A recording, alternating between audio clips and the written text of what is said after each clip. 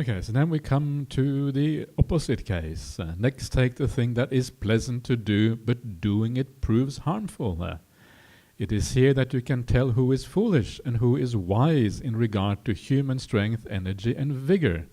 A fool doesn't reflect. Even though this thing is pleasant to do, doing it still proves harmful.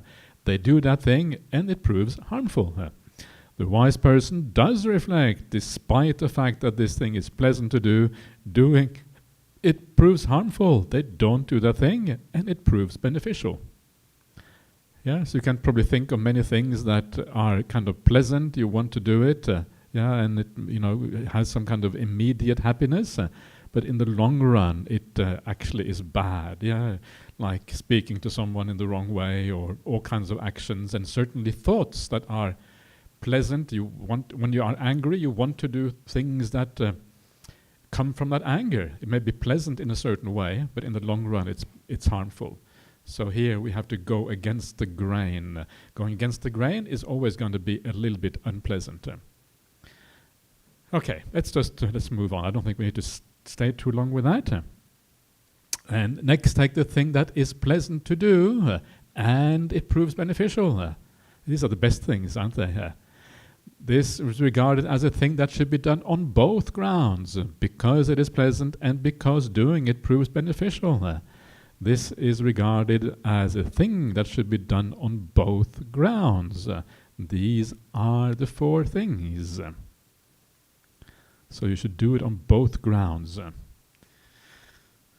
So there you are. So I don't know what is the thing that is pleasant to do and doing it is beneficial. Coming here to the BGF, is that one of those? Yeah, maybe. Yes.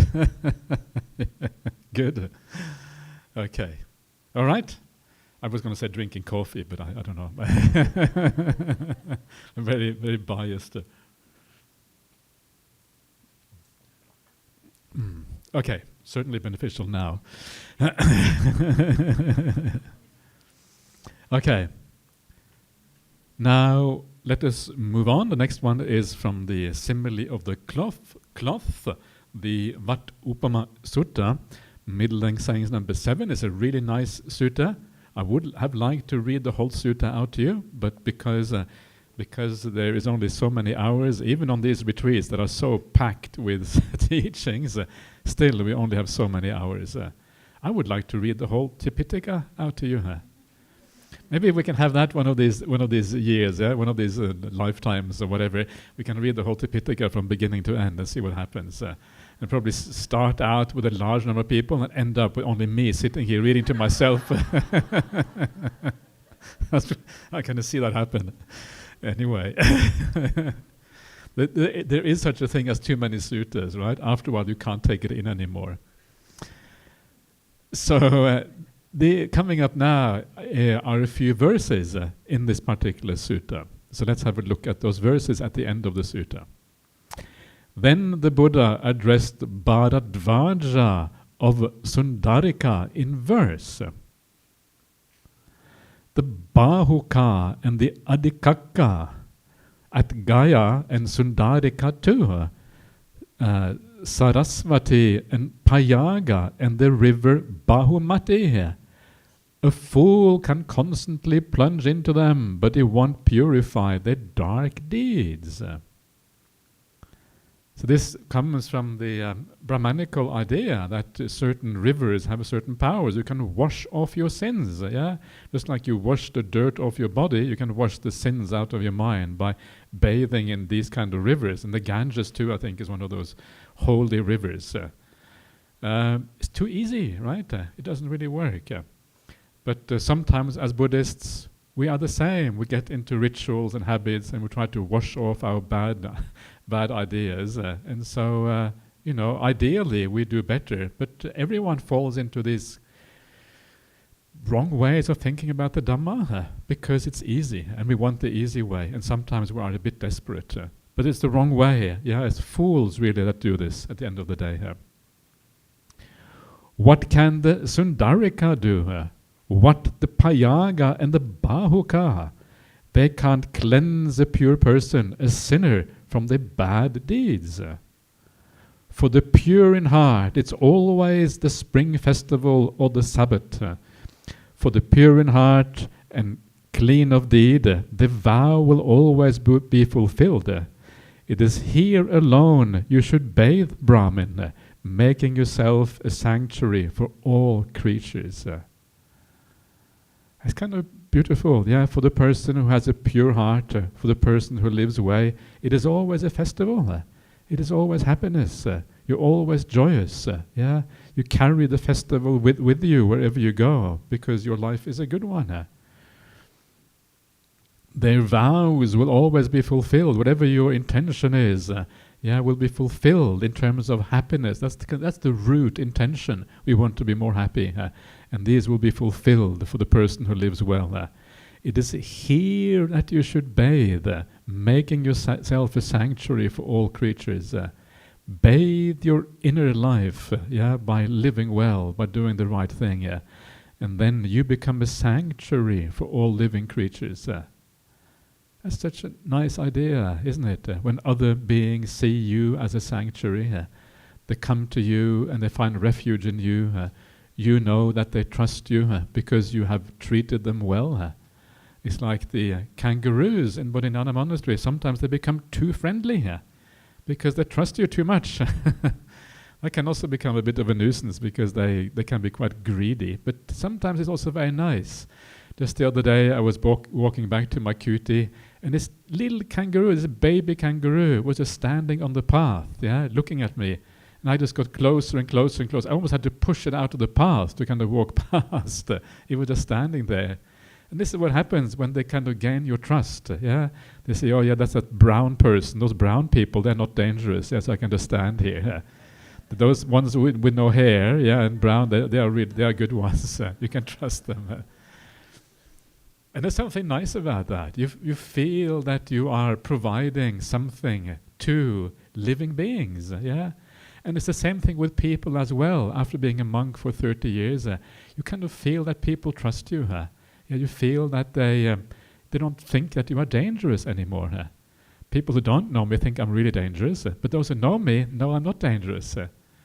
Especially, because people are kind of don't know about monastics, so sometimes they're a bit afraid, sometimes they are kind of at ease. It kind of varies a little bit, but usually it's okay. And that's kind of really nice when you feel that people can trust you. And then you have to, of course, live up to that idea.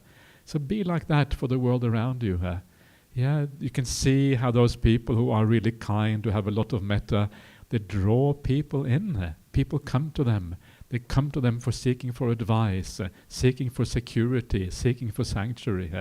And it's a great kind of privilege to be able to be a person who other people can come to and find sanctuary with. It's like we all have our favorite uncle or auntie or favorite grandparent. As a child we go to them because we feel safe with them. Grandparents are often the best, because if parents are too complicated, grandparents, that's better. Jump one generation. Usually the relationship between grandparents and grandchildren is usually a good one. It's usually kind of special. And I remember my own grandparents. They're dead a long time ago now, but there's kind of a very affectionate relationship between grandparents and grandchildren. It's kind of interesting. So being a sanctuary for the people in that way is what a beautiful thing that is. Anyway, and if you speak no lies, nor harm any living creature, nor steal anything not given, and you're faithful and not stingy, what's the point of going to Gaia? For any well may be your Gaia. You can wash anywhere, you just need to get the body clean, right? It will happen anywhere, doesn't matter. As far as the mind is concerned, you don't need these rivers. You are living in the right way already. So Majjhima Nikaya number 7, Vatthasutta, in brief. It's a beautiful long sutta, so have a look at it if you have a chance.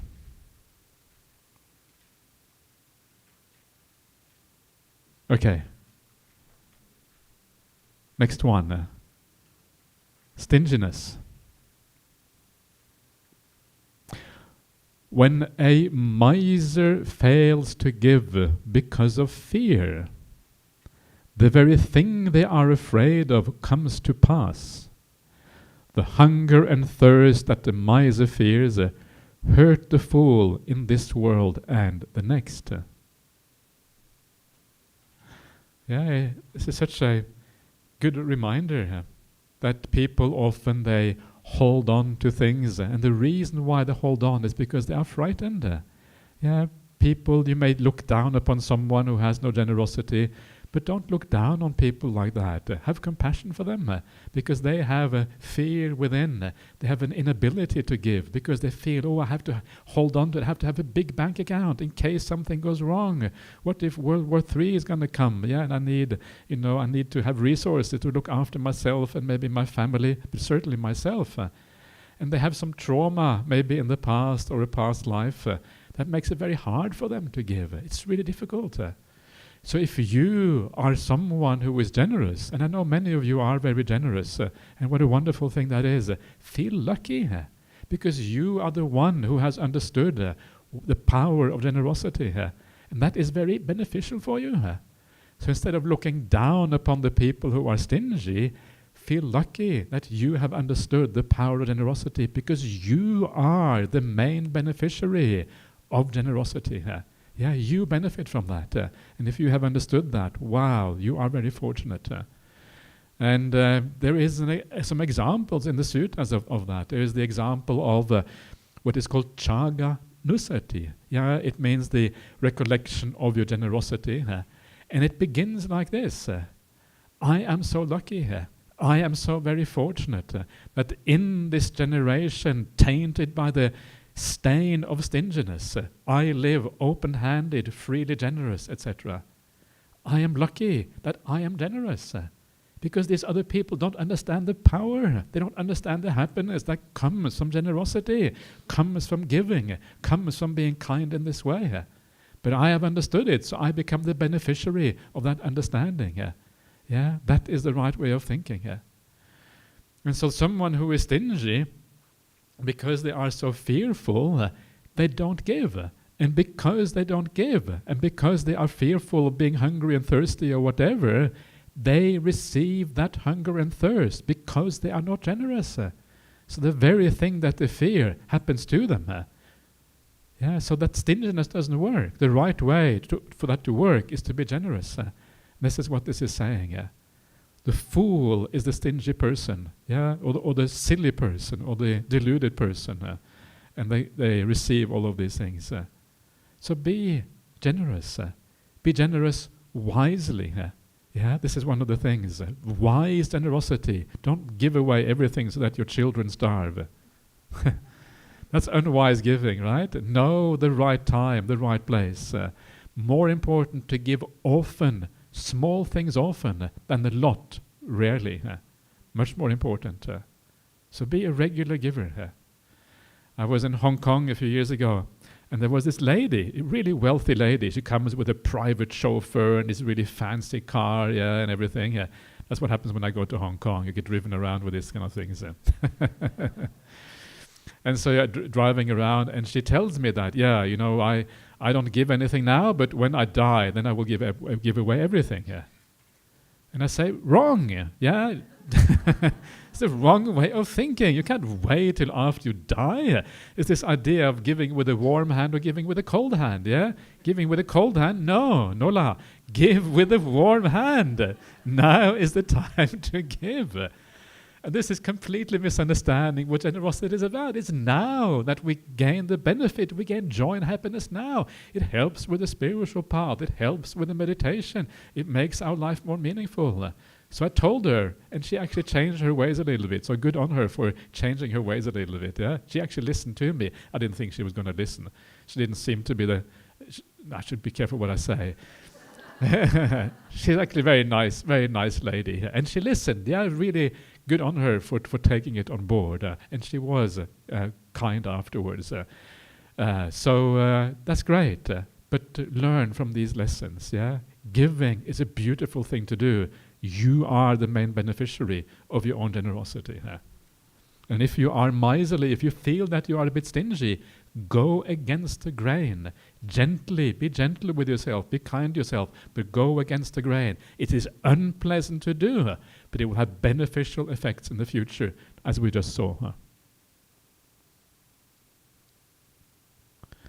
So you should dispel stinginess, overcoming that stain, and give a gift.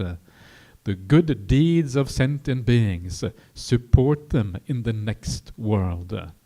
You go to the next world because of these good deeds. That's kind of the meaning here.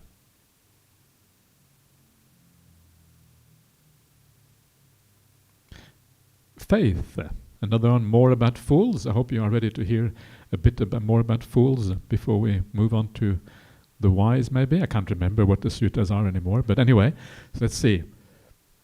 Fools and simpletons devote themselves to negligence, but the wise protect heedfulness as the best treasure. Yeah, this is kind of, I think, maybe one of the best definitions of a fool, that they are negligent, or you are heedless. So fools don't reflect properly. They're not careful in the way they do things. They're not circumspect. They don't take the time. They don't use yoniso manasikara, wise attention. They don't use sati sampajanya or sampajanya, the full awareness or whatever, or situational awareness, as Bhante Sujata would have it. You are negligent. You just act out of impulse and these kind of things. This is what fools do. Wise people are heedful. They are careful. They reflect on what is appropriate and right, both in the big picture and the small picture. Heedfulness, called appamada in the suttas, is one of the foundations for the entire spiritual path, together with kalyana mittata, and together with yoniso manasikara, together with sampajanya, together with sammaditthi. These are all different versions, really, of the same thing. Did I say all of the things in Pali? I hope you... How is your Pali? Is it good? Are you okay? Yeah, okay. Yoniso manasikara, wise attention, Sampajanya, full awareness or whatever.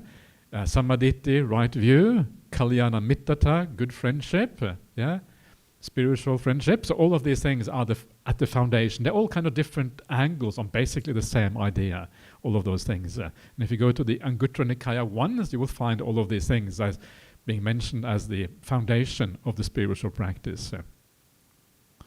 So protect your heedfulness, be careful. If you find that you're getting heedless, why do we get heedless? Well, sometimes because we are tired, too much time on the mobile phone. You know what I mean? I'm sure you know what I mean. It's dangerous. I recommend not having a mobile phone. I haven't got one. That's the best things I've ever done in my life, not having a mobile phone. Already having this laptop is enough hassle already, let alone having a mobile phone. And so I really recommend that. And I'm one of the proudest things in my life. I've never owned a mobile phone in this lifetime. Yay me! I'm so proud of that. I should actually restrain my ego a little bit because that's bad. But be very careful with your mobile phone. It is incredibly addictive. It is so addictive. A tiny bit of dukkha and your mobile phone comes out and you start scrolling or whatever. You know what it's like. So make sure you don't use a mobile phone in the wrong way. Don't use it too late at night. Don't let the mobile phone be the last thing you do at night. Put it away a couple of hours or at least an hour before you go to bed. In the morning, don't check your mobile phone straight away. Put it in a safe with a timer on it. It says 8 o'clock. No watching the mobile phone before 8 or 9 or whatever. A safe, a kind of indestructible safe with a timer, and then you're going to be safe. Do something like that. You have to make it difficult for yourself. You will sleep much better. This idea of scrolling just before you go to bed is so destructive for your sleep. Some of you have told me that you have hard time sleeping properly. Well, this is guaranteed one of the reasons, So avoid that. Last night I slept really well. I slept like a baby coming to BGF. I know this room, I feel it's like my room when I come to this room over here, And I kind of slept really long last night. It was so nice after not getting so much sleep the night before. One of the reasons I don't kind of keep scrolling and messing around until late at night. That's one of the reasons why. So then you sleep like a baby, even though you are 60. Wow, I'm over 60 already. Jeepers, that's terrible. But you still sleep like a baby, yeah, 60 years old. What a great thing that is. 61 actually, yeah.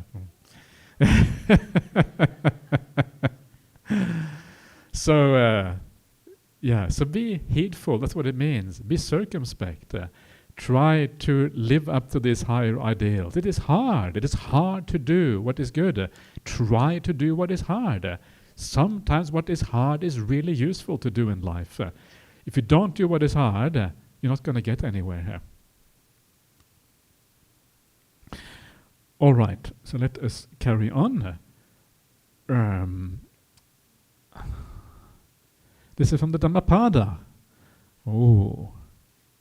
Verse number 28. When the wise dispel negligence by means of heedfulness, or they dispel heedlessness by the means of heedfulness, ascending the palace of wisdom, sorrowless they behold the generation of sorrow, as an attentive one on a mountain top beholds the fools below.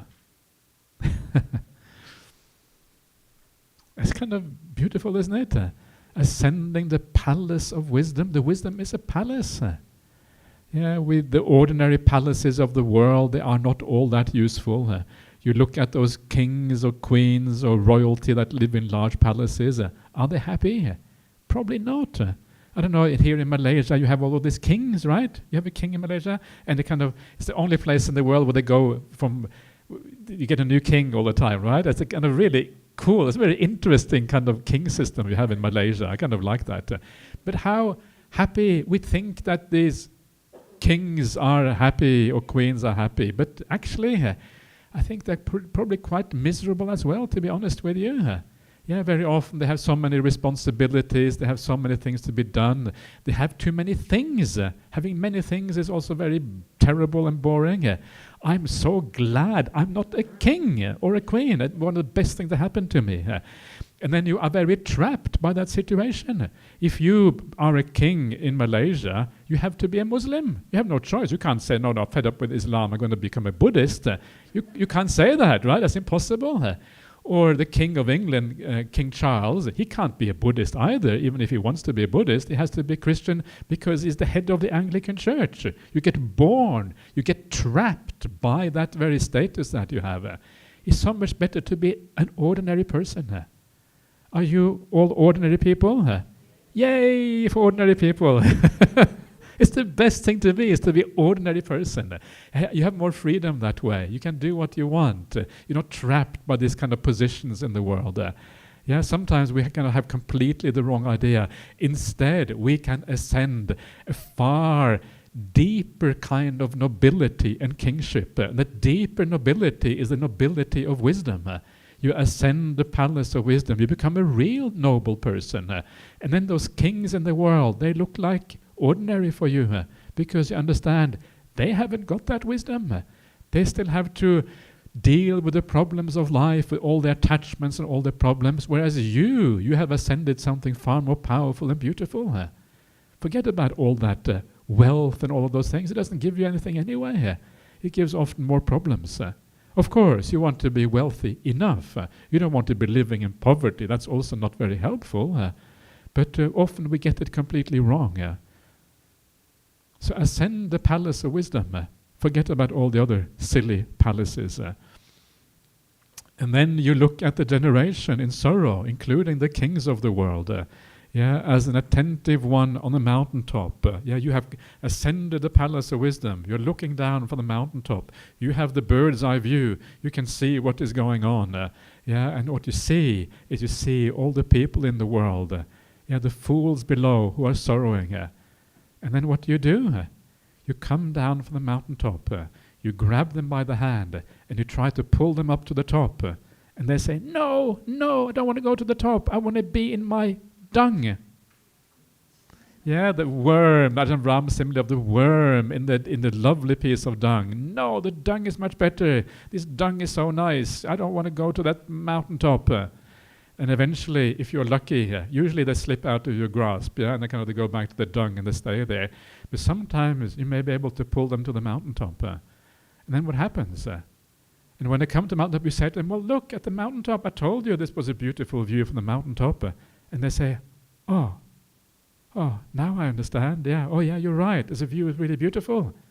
But just before, you wanted to go back into your dung, and now you say it is a beautiful view. So what are you on about? Oh, I couldn't see because the mountain was so large. The mountain was in the way. I couldn't see the beautiful view on the other side. That's the problem. We are trapped by ignorance. This is actually straight from one of the beautiful suttas in the Pali Canon, the Sutta. Yeah, the idea that you are blinded in this way, and the Buddha tries to pull you up to the mountaintop, but you refuse to go. We all refuse to go until one day we start taking baby steps up that mountain. It's a great simile, for why we should be open to alternative ideas. There is a mountain to be climbed. There is samadhi. There is wisdom to be had. But we have to have faith and confidence that it is there so we can start climbing that mountain. And I believe all of you have that faith and confidence to some idea. Otherwise you wouldn't be here. So good on you, as they say in Australia. Okay, let us move on. Still the Dhammapada. Okay, I can't remember which suttas are here. I'm just as surprised as you when I see the suttas. Think not lightly of papa. Papa is I think the Pali word here. Think not evil of papa. It means like bad. Yeah, evil is a very Christian word, but bad or whatever. Think not lightly of evil, that it won't come back to you.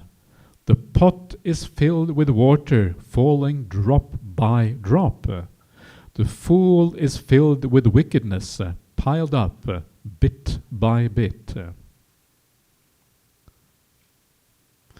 The Buddha always says that we should be careful with even the slightest fault.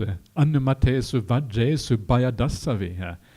Anumatesu vajjesu means like minor flaws. Bayadasavi means seeing the fault in even minor flaws.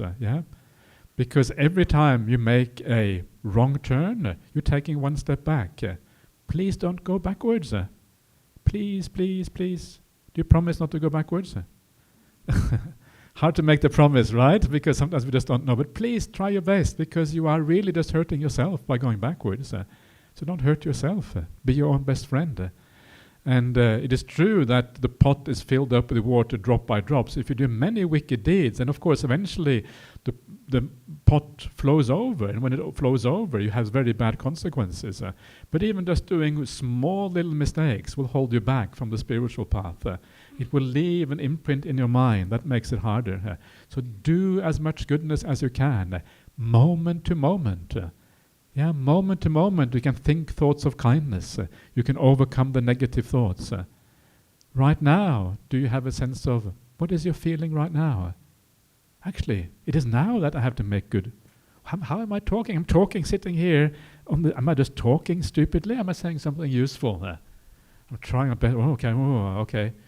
Trying to say something useful. Okay, I'll carry on with that. It's like moment to moment. We always need to be aware what's happening in our mind. It's not just when the kind of idea of acting and goodness comes to you, but we should always be there at the back of our mind, like an overseer that guards us from doing bad and moves us in the direction of doing good. This is the idea of the stream mentor. The stream mentor has that guardian that is always there, at the back of the mind, guarding them, pointing them in the right direction. And we want to be the same. We should all try to be little stream mentors, or at least acting like them. So try to be a little stream mentor. It's okay. Even if you're just a baby stream mentor, that's all right. It's better than not being anything at all. And then heading in the right direction. This is why this path is so demanding if you want to do it fully, because you really have to understand this matters. It matters enormously to do what is right. It needs to be at the back of your mind all the time, ideally. You need to have a mind that is not too tired, because then you lose it. So again, the idea of using, not having a reasonably fresh mind is very important. And then you can overcome these things.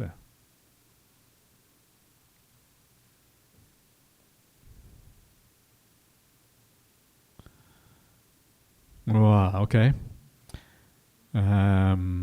Let's do this one as well. So this is from the Samyutta Nikaya 1, this is the Devata Samyutta, 22nd Sutta. The Devata Samyutta, which is the same as Samyutta Nikaya 1, is a very beautiful collection of suttas. And if you want to just be inspired and read a little bit, this is actually a great place to be inspired by beautiful little suttas. So if you think that other suttas are boring, you might enjoy these ones. Maybe you won't, but maybe you will. So sometimes you have to try it out. All available on Sutta Central. I'll show you later on how to find these suttas. Whoever wrongs a man who has done no wrong, a pure man who has not a blemish, the badness or the evil backfires on the fool like fine dust thrown upwind. So be careful. If you do wrong against the Buddha, or you do wrong against someone who is a really good person, it is especially bad. It has really bad consequences. So you need to be circumspect about how you treat people, especially those who are Aryans in the world. You will never know exactly who they are. The best idea is just to be kind towards everybody. That's kind of the ideal way. But especially wronging people who are good people is dangerous. So be careful. Be circumspect. If you don't know, then hold back on the way you act. So being the opposite is also true. That if someone is a person without blemish, someone with really good qualities like an Aryan, you can also make very good karma. In that presence. So you can do very bad karma or very good karma. This is kind of the trade-off there. Anyway, let's take another break and do some more Q&A in a few minutes' time.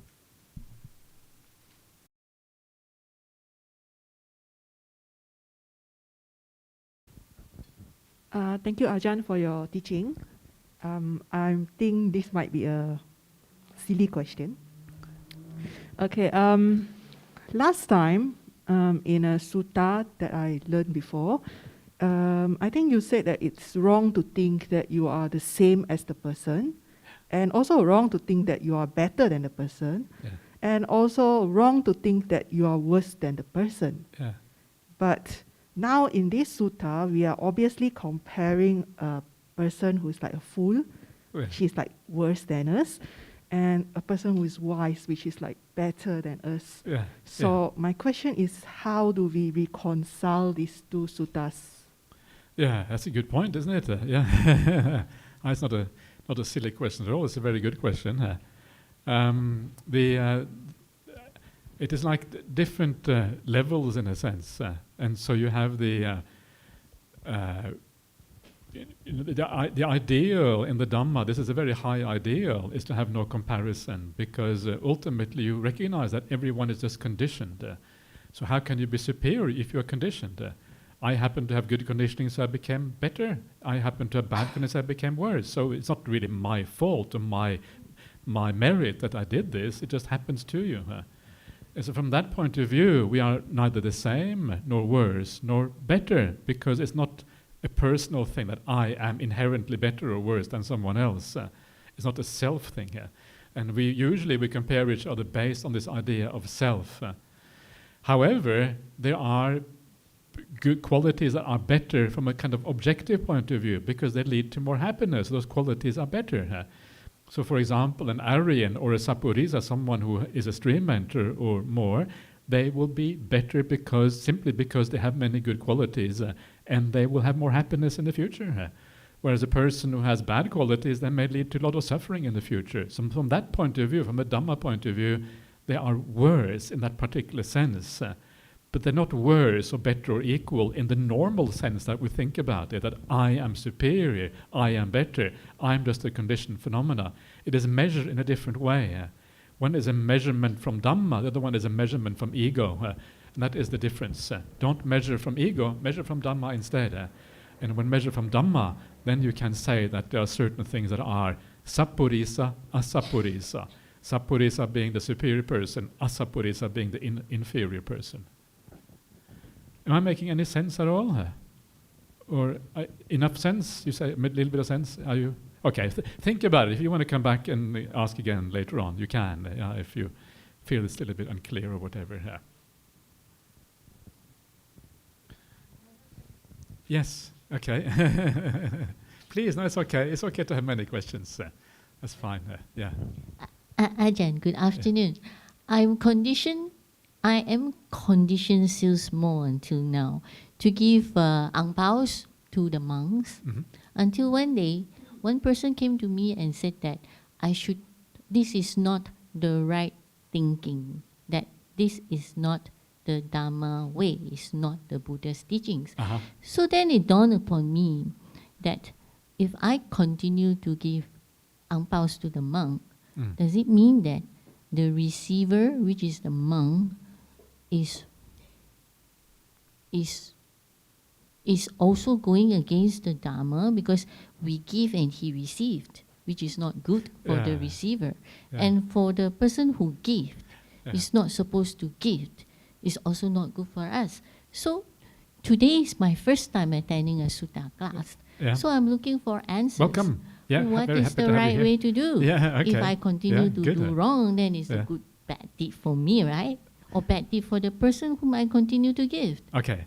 Thank you. I'll answer that one. So it is not bad for you. It is not your responsibility for the monk to do the right thing. So for you, it's always good, because you are doing your best. You have been giving, and you did your best, and you were taught as a child to do this. And so what you are doing is still good.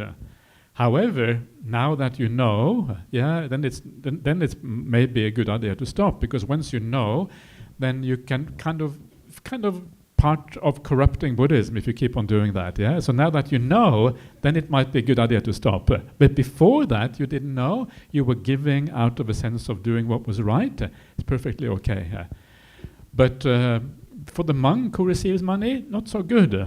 Because basically it goes against the rules of a monastic. But it depends a bit on how that monk did it as well. There are many ways of doing it. Some people, sometimes you read these horror stories from Buddhist countries where they build up big bank accounts with millions of dollars, and you think, what's going on? You should be a layperson if you're going to build up millions of dollars. This is not what the monks should be doing. However, sometimes monks are not really into building up money. They may just use it for travel expenses or something like that. That's a very different story. So it depends on how they use it. But ideally, any monk should not use money at all. And all the kind of really good monks usually don't use any kind of money. And that is the standard we have, for example, in our monastery. We don't use money. The Buddhist Society of Western Australia acts as a steward for the monastery, so they hold all the money, and if there are expenses to be paid, well, it's been paid by the treasurer of the Buddhist Society. We don't really have anything to do with money. That is the ideal way. And so for you should ask yourself, where can I give with the greatest benefit? And the best way to give is, we'll come to this later on, but first of all, give where you feel inspired. That's really important. You can give because you were told to give as a child, and that's okay, but it's not the best way of giving. The best way of giving is because you feel inspired, you feel uplifted, you feel that this is a good thing to do, and you feel a sense of compassion maybe. Then it's often the best way to give. And we may come back to that later on. So find your way, find out who is most worthy and who and where you feel inclined. Even if you go on the street, you see a beggar on the street, and suddenly you feel a sense of compassion. Give. That is the right time to give. Why? Because you have a strong feel that you want to give.